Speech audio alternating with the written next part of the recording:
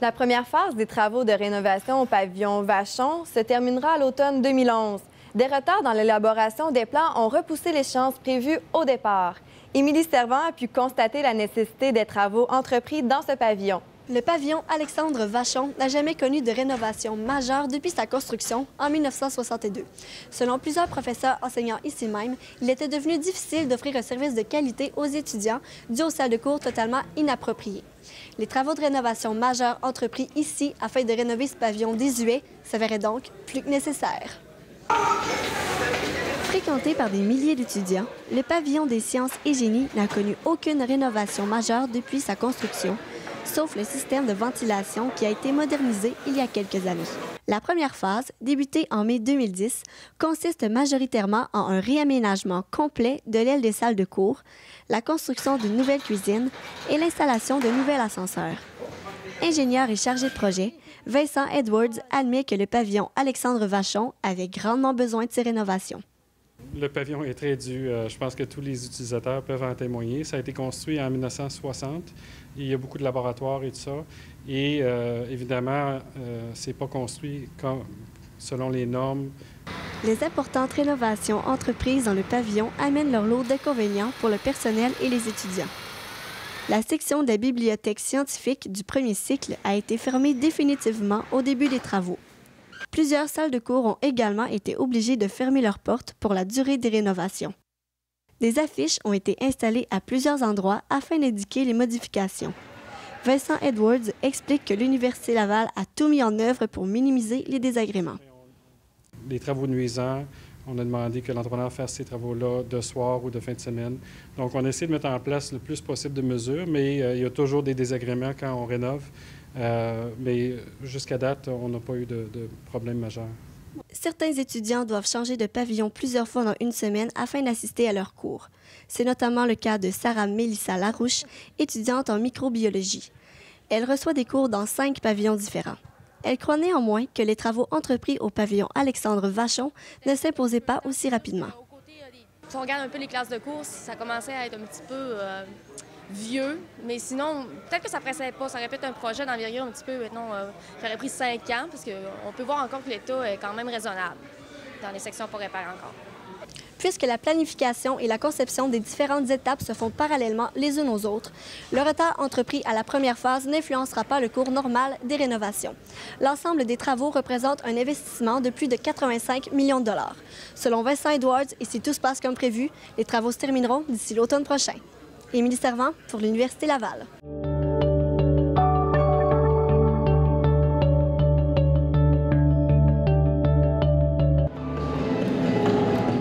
Nouveauté à l'Université Laval. Les amateurs de jonglerie peuvent maintenant se réunir 2 fois par semaine afin de se divertir et d'échanger leurs meilleurs trucs. Tout comme la musique et les sports, cette activité procure plusieurs bénéfices au cerveau et améliore la concentration et la coordination des mouvements du corps. Les débutants sont également les bienvenus dans le club pour apprendre les rudiments de ce jeu d'adresse. Généralement, tout le monde peut parvenir à jongler avec 3 balles en moins de 2 heures.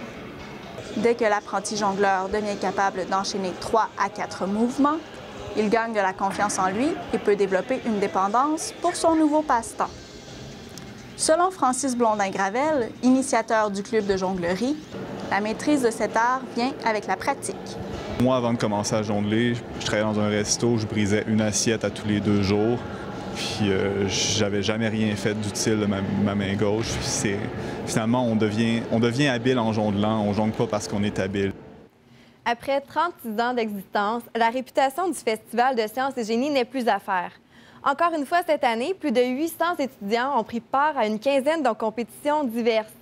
Catherine Lamontagne a plongé dans cet univers assez loufoque où les étudiants oublient le temps de cet événement, la grisaille et le froid de l'hiver.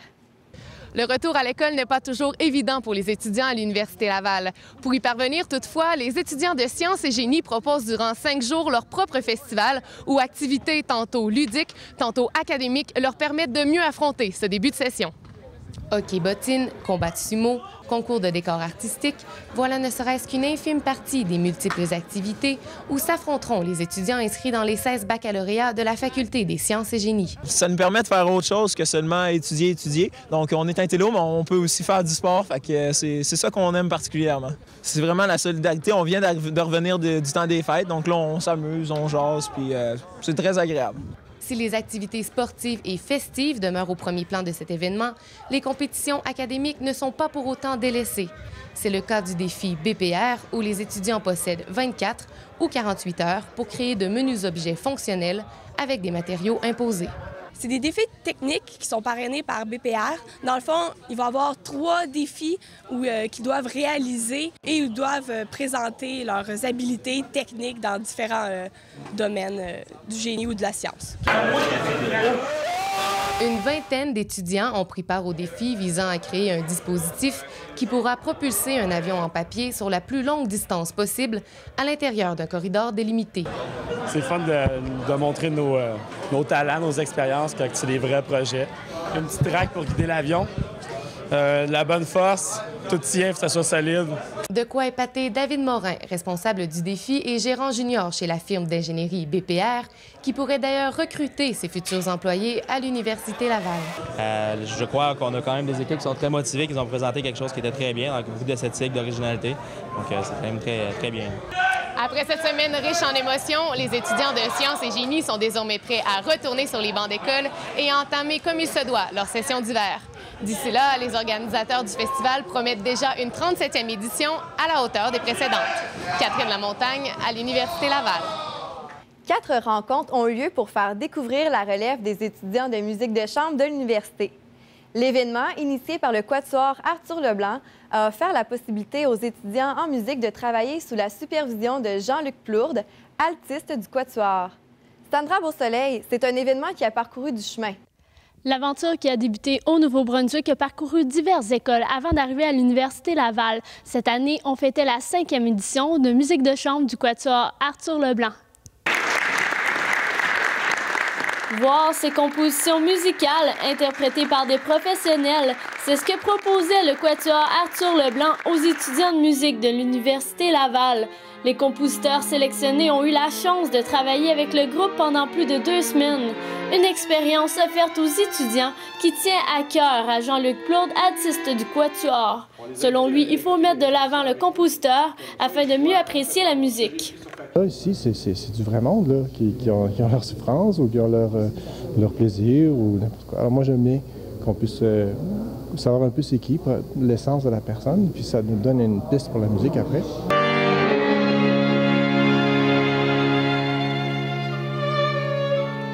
Un nouveau concept d'échange entre le public, les compositeurs et les musiciens a été entrepris cette année.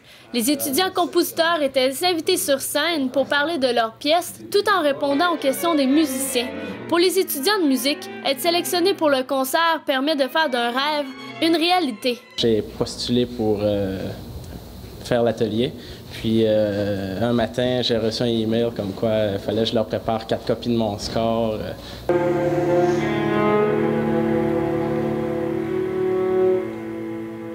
Être retenu pour l'événement est un beau tremplin vers le monde professionnel pour les étudiants compositeurs.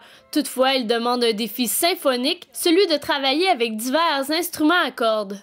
C'est un tout, c'est très complet, mais en même temps, c'est pas comme un orchestre symphonique. On est limité à 4 violons. En fait, il y a 2 violons, un alto, violoncelle, mais c'est 4 instruments à cordes. Puis il faut tout trouver dans ça. Il faut trouver l'harmonie, la mélodie, le rythme, avec des instruments qui sont tellement égaux.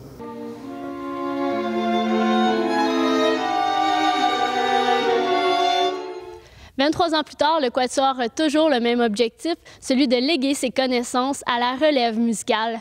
Ils n'ont toutefois pas délaissé leur principal mandat, celui de bercer les spectateurs au son de leur musique. Ici, Sandra Beausoleil-Auclair, Université Laval. Le colloque de gestion de carrière artistique est l'occasion pour les étudiants de l'Université Laval de se créer un réseau de contacts et de découvrir les réalités qui les attendent. Amiès Aït Oufella a assisté à cette journée qui profite d'un rayonnement grandissant. Êtes-vous un artiste de la relève? La gestion d'une carrière artistique pose tout un défi. Pour surmonter les difficultés des débutants, le service de placement de l'Université Laval a organisé un colloque avec des invités qui ont réussi à faire leur marque. Conférencier vedette lors du colloque, Maxime Boudreau est venu faire part de son expérience et de son parcours aux participants. Cet ancien de l'Université Laval est maintenant directeur de l'Académie du cinéma, une entreprise ayant pour but d'aider la relève cinématographique au Québec. Mais on est ici également pour donner de l'information à tous ceux qui sont intéressés à travailler dans le domaine du cinéma, donner dans le fond notre information ou l'information qui peut être nécessaire pour eux, pour les aider à développer ce domaine-là. Monsieur Boudreau exprime également son optimisme à propos de la relève de demain. Il affirme que les artistes de Québec sont des gens de talent.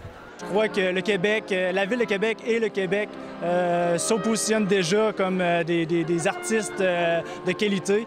Louis Morin, finissant en théâtre profil mise en scène, a profité de sa première expérience au colloque pour garnir son carnet d'adresses. L'étudiant a déjà des projets artistiques à son actif et sa rencontre avec des gens d'expérience a apporté des réponses à quelques-unes de ses questions. Ça vient une expérience en fait concrète pour moi. Est-ce que je vais aller chercher des contacts? Oui, mais je vais aller chercher aussi des outils pour parfaire mes connaissances.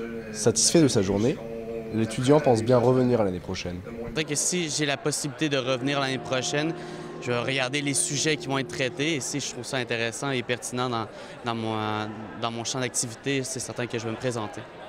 Cette année, l'organisation a décidé d'inclure davantage de domaines artistiques à son programme, au plus grand bonheur des participants. Richard Buteau, directeur du service de placement à l'Université Laval, affirme que chaque édition du colloque essaye de respecter les suggestions et les demandes du public. Les étudiants nous avaient demandé qu'ils voulaient avoir de petits ateliers. Alors cet après-midi, on a 12 petits ateliers où les étudiants peuvent rencontrer des gens du métier et vraiment échanger. La programmation 2011 du colloque de gestion artistique a frappé dans le mille. Plusieurs participants sont repartis avec des projets de collaboration qui diminueront leur angoisse et susciteront probablement l'envie de leurs collègues. Ameye Saïtoufela, Université Laval.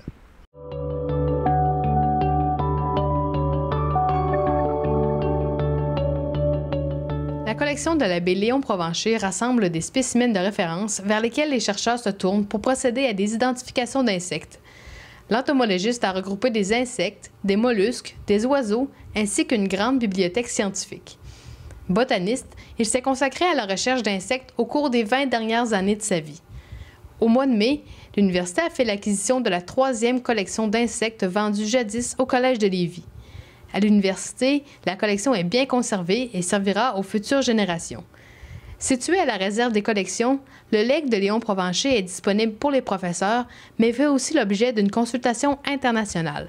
Des chercheurs du Brésil, de l'Afrique du Sud et de la Russie se sont déplacés pour observer les perles rares de la collection. Madame Gisèle Deschênes-Wagner, chargée de conservation et de restauration aux collections de l'Université Laval, sait absolument tout du travail de ce grand scientifique. À l'intérieur de cette collection-là, il y a environ plus de 1100 spécimens types, c'est-à-dire ce sont des spécimens que l'abbé Provencher a trouvés et nommés pour la première fois, que les scientifiques ne connaissaient pas jusqu'à la date où l'abbé Provencher les a trouvés. Alors Claudie, de quoi allons-nous parler dans les prochaines semaines? L'Université Laval offrira dès juillet prochain un tout nouveau programme destiné aux étudiants en médecine familiale. Appelé Programme clinicien érudit, il est dédié à ceux qui voudraient alterner à la fois pratique et recherche. Par le biais de ce programme, l'université souhaite que les futurs étudiants opteront pour la médecine familiale, un domaine où le manque de ressources est particulièrement criant. Également, nous aborderons la délicate question du suicide, mais du côté des intervenants et intervenantes des différents organismes de prévention du suicide. Donc, une brève incursion dans la vie de ceux et celles qui souhaitent changer les choses au quotidien. Je crois aussi que dans les prochains jours, il y aura des activités, mais plutôt à volet social sur le campus. Entre autres, il sera question à la fois de conscience sociale, mais aussi de mode, car 7 stagiaires du programme Développement et Paix et Québec sans frontières ont organisé un défilé de mode pour financer leur projet de coopération au Madagascar. Nous nous entretiendrons avec les organisateurs, bien sûr, mais aussi avec différents membres d'organisations humanitaires. Et finalement, il sera question du projet de la Ville de Québec de réaménager le marché du Vieux-Port. Les étudiants en architecture de l'Université Laval ont proposé une maquette à la Ville qui respecte à la fois les impératifs commerciaux, esthétiques, mais surtout écologiques. Merci Claudie. Je vous en prie. Ceci complète l'émission d'Angle Neuf pour aujourd'hui. Merci d'être avec nous et on se voit à la semaine prochaine.